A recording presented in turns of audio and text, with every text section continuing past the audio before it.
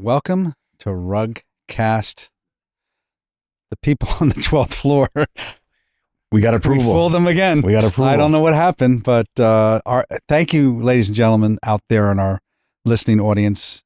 The views skyrocketing. We went from 1 view to 3 views. Just kidding you.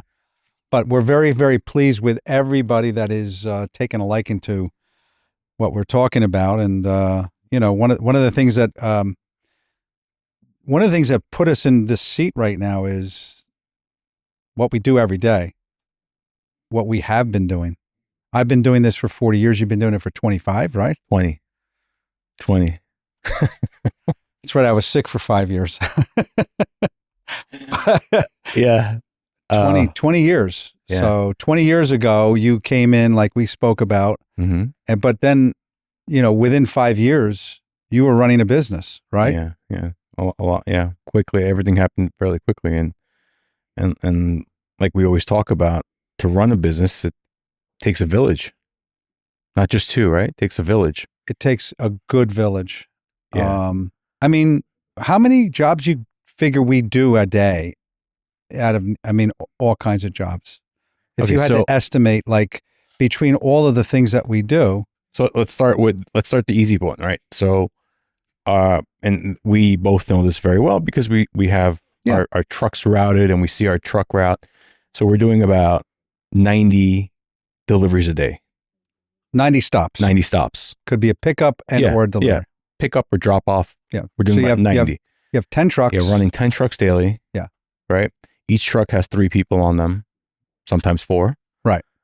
Then we have the on-location cleaning. 5 crews? 6. 6 crews that do probably... 6 crews. 3 stops a day, average. Yeah, so say 20. Yeah. So at 110. Mm-hmm. Then we have the installers, 10 crews, 1 job a day. 130. So we're in 130 homes every day. Every day. And that has nothing to do with like cleaning. So a cleaning customer could have 10 rugs. Yeah, that's which is a job within a job. Yeah. So bring it back, inspect it, clean it, repair it.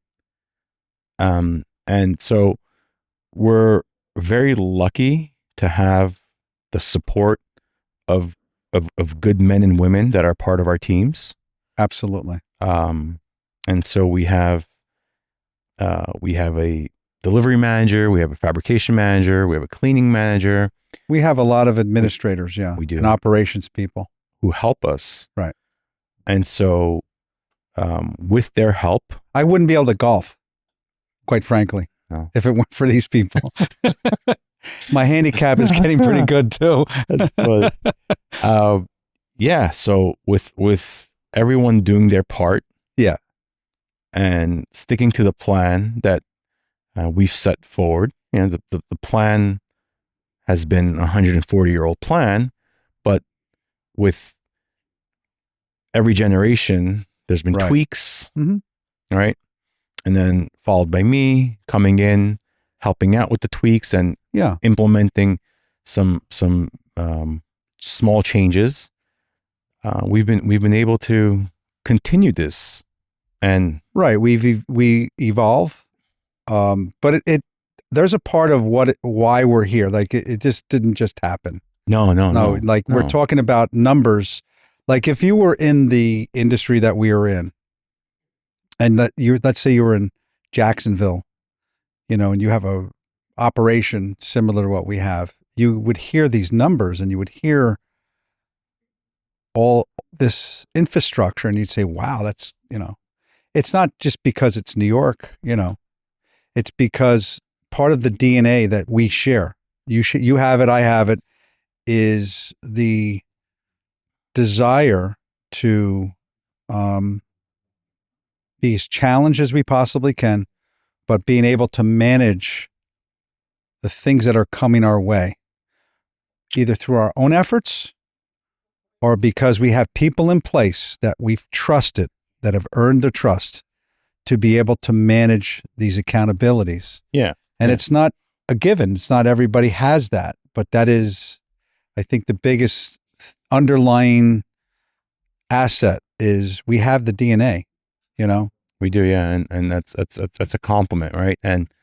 But further to what you said, you know, if there's a company in Jacksonville, there are a lot of good companies in the United States, and a lot of people that we know who own these companies. But what I've noticed is that a rug cleaning company is a rug cleaning company, right? An on-location cleaner is an on-location cleaner. Two different things. Yeah. Right. Yeah. An installer is an installer. Completely different installation company. They're warehousing companies. Yeah. Yes. And I think rug repair. Yeah. Rug cleaners don't always repair rugs. Yeah. Or you know, we get a ton of on-location cleaners who in theory are competitors, right? Right. But they'll pick up rugs that they can't wash or don't wash. Bring them here. And they bring them to us to wash for them. Right. Right. So what we do is a little bit of, or not a little bit, but a lot of everything. Right. We wash rugs. Right. We clean on site. We clean furniture, drapes, upholstered furniture. We install carpeting. We custom fabricate. Fiber protect. Yeah, warehousing Flame services. Proof, all that stuff. So because we do all of that, because you know, that leads to the 130 plus jobs a day. Are you saying that not only do we have the DNA, but we have the uniqueness of being excellent at all those various trades? There's people that are really good at on-location rug cleaning, carpet cleaning. Yeah. But they don't clean rugs. That's all they do. Yeah. There's really good workrooms that install carpet very well. They don't clean rugs and they don't clean carpet in people's homes. Exactly. We're the only company that you know of in the country that has the capacity to service any type of service, soft home furnishings. With full confidence, I can say yes. Everybody fully employed by us. All our people. No outsourcing. Took us 140 years to get there. Yeah. You know, I mean, when I first started in 1980, we had a rug cleaning business. I mean, we cleaned rugs and we had a repair person and I had one crew and we did some installation. But, you know, you're talking about very small, singular silos of business, you know? Hence the It Takes Two, right? I think that's when we started putting our minds together and we realized what it is that we could do together and help each other and fast forward, here we are. So during the course of a day, these 130 jobs, right? Like you must be pulled in a lot of different directions all the time. Like you have to have input on a lot of things. Yeah. There's a lot of question marks. You know, there's expectations from me as well. You know, I expect the managers to be able to pull their own weight. You have no gray hair. Cameras, look at him. No gray. Look at this. Maybe I was doing it all wrong over the years. I'm telling you. I'm lucky, I guess. Yeah, lucky. It's genes, right? It's genetic. My word. Yeah. But maybe so far.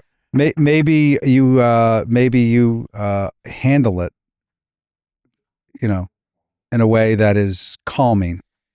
So I accept that when you're running a business with so many parts and so many people, right, and so many customers, that you have to be able to be quick thinking, right, and you have to just be able to solve problems. You know. Yeah, that's what we do. You know, the term I use is you have to be able to see around the corner. That's a term that I use, and some people say, "What does that mean?" I said, "You have to explain that. You have to anticipate the next move.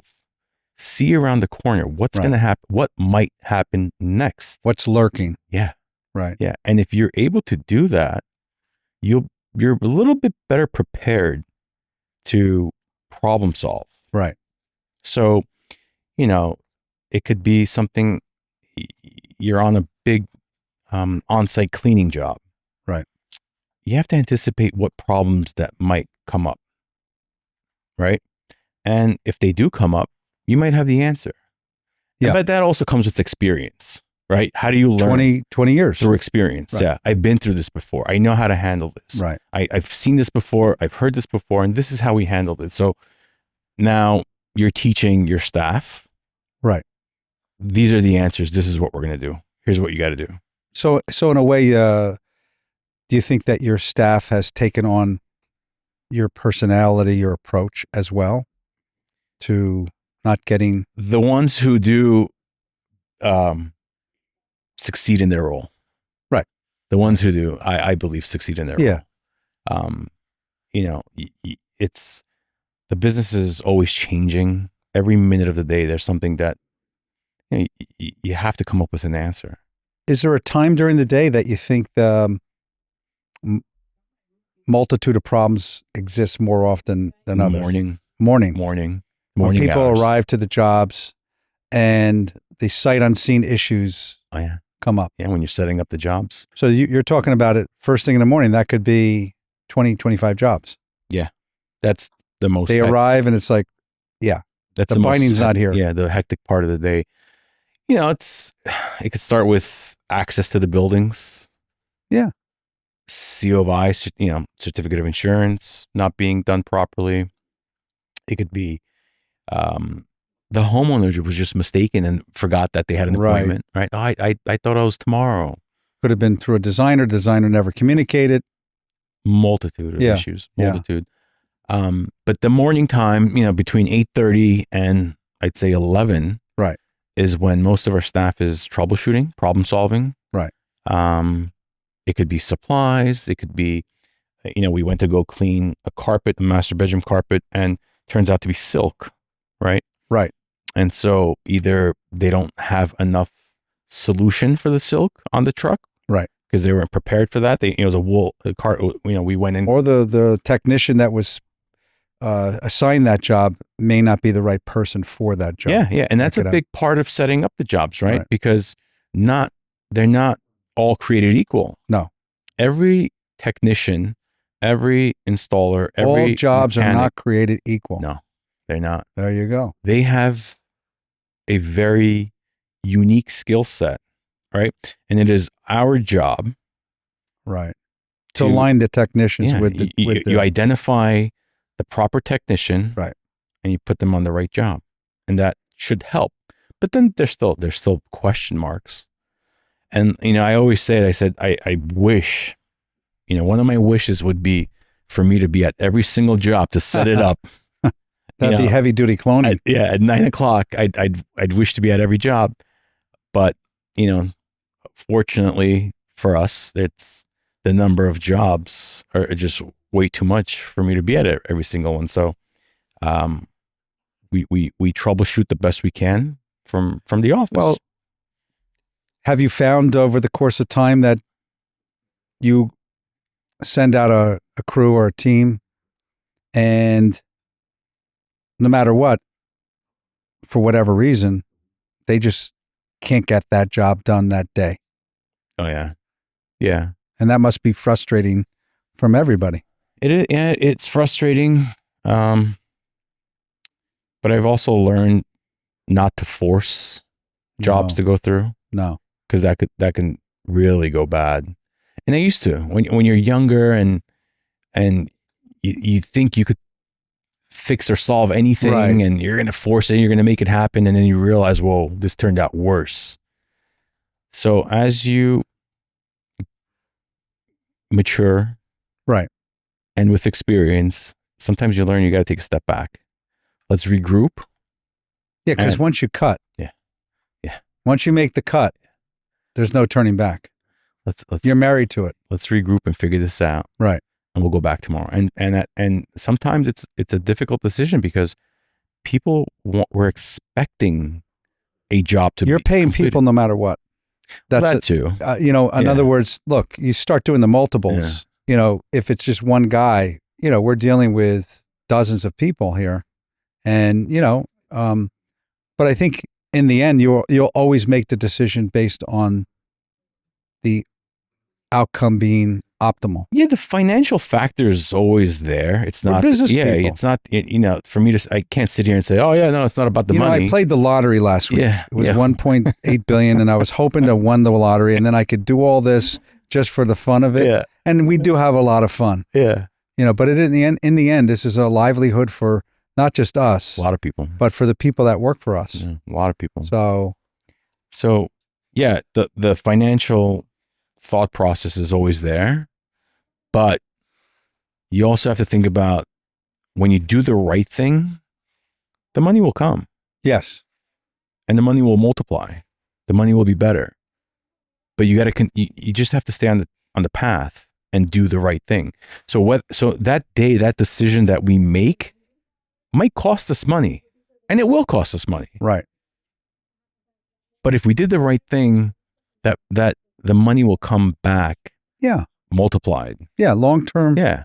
It always pays off to do it that way. You have to think long term. You can't think about today. Yeah. And I learned that from you very early on. Please tell me. I'm intrigued. I don't remember the job. It wasn't a specific job, but it was just how we had to make decisions on specific jobs. Yeah. Where I've always felt that way. It's how and what I was taught. But and then as you go on, you could take a $10,000 hit today, right? And you say, "Wow, that was a big hit." It's $10,000 is a lot of money for anyone. It right? is. But at the end of the year, you look back and you say to yourself, "All right, we did okay. Company did well. We paid our bills, right, and we did right by the client as well. So we're fine. Everything was fine." So the right decision. That was the right decision at the time, as hard as it was to make, right? As difficult. I can give you an example. Please. Okay. So back in the day, I had a guy that was working for me. He was my manager, and he got a call from a radio personality, and it was to clean a rug. And the rug came in and it had pet stains on it. And we sent the report out, "Hey, we can wash the rug. It's got pet stains on it." And they just said, "Clean it. Clean the rug." That was it. Just clean it, return it. Okay. So that's what we did. It was a very expensive rug. It was an Elizabeth Aikens custom rug, probably like a $15,000 rug. And we returned the rug. And within a couple of days, I'm driving to work. It's like 7 a.m. And my manager calls and said, "We've got a serious problem." I go, "What's that?" He goes, "Well, we returned the rug and I got a call from the radio guy and he says that he saw the rug and we damaged the rug. The rug never had a stain." I said, "Well, that's not true at all. I mean, we obviously told him there was a stain in the rug." He goes, "He doesn't care." I tried to reason with him and he said, "If you do not agree to pay for the replacement of the rug, he will go on the air right now and report." I said, "Are you kidding me?" So I said, "Okay, we will replace the rug." And in the back of my mind, I was livid. I was very, because I felt that the guy was using his notoriety to leverage against us. But in the end, as we said before, do the right thing. He ended up buying another house, sending us 10 rugs. So whatever it is, he came back. Yeah. Of course he did. Yeah, because we did the right thing, even though it was really the wrong thing. Yeah, but we did the right thing. Yeah, and he ended up on the next order paying for his rug twice. So it worked out. But boy, at the time, I was biting my teeth. Yeah. Well, look, like we said, when you're in all these homes and you're doing all these jobs, I always say things are going to go wrong. They will go wrong. Things do go wrong. Yeah. Mm-hmm. As we'd like to fancy ourselves as perfect, but we're not. We're human. No. And all, we just said 130 homes, which means 130 guys, right? 130 jobs every day. Touching things, right? Touching 130 jobs every day. Something could go wrong. The multiple is now, that's 650 jobs a week. Yeah. And you start doing the math. If I'm not mistaken, we probably have to replace over the course of the year less than 5 things. Yeah. If I had to guess. Less. Yeah, 5 or less. Yeah. 5 or less. And so what? I'm sorry, we're not perfect, ladies and gentlemen. I'd like to say we are, but we will make mistakes. And, you know, sometimes it's unforeseen. One of the points I make is it's not so much about the mistake. We learn from it, and we'll try not for it not to happen again. It's not so much about the mistake, but how we handle the mistake. Yeah, you'll always be judged based on what you do during times of adversity. And that's the point I make, whether I'm having the conversation with a client, the end user, a decorator, or another vendor. It's, yes, I understand what happened. Right. Give us an opportunity. We're going to make this right. And if we can't make it right, we're going to replace it. And then it'll be right. And that's kind of what I live by. Like, we're not going to run away, no matter how big the claim is. No, we're not going to run away. And hopefully that's going to help us last another 140 years. You know what? There might be some medicine around at some point where we'll be able to see that day, but you know, I doubt it. I doubt it. Even if we don't see it, you know, if they're still around, that would be amazing. That would be amazing. I don't know if I want to be around another 140, but we at least I got a few more years. You know, I got 40 in me, I guess. I could do another 40. There you go. There you go. I don't know if I have 40. It'll be fun. I take some good medication out there, right? Yeah. But all right. Well, look, that's a wrap.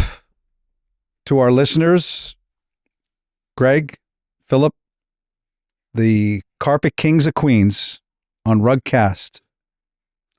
We hope to see you next week. See you all next week. 12th floor. Remember. Thank you. Please.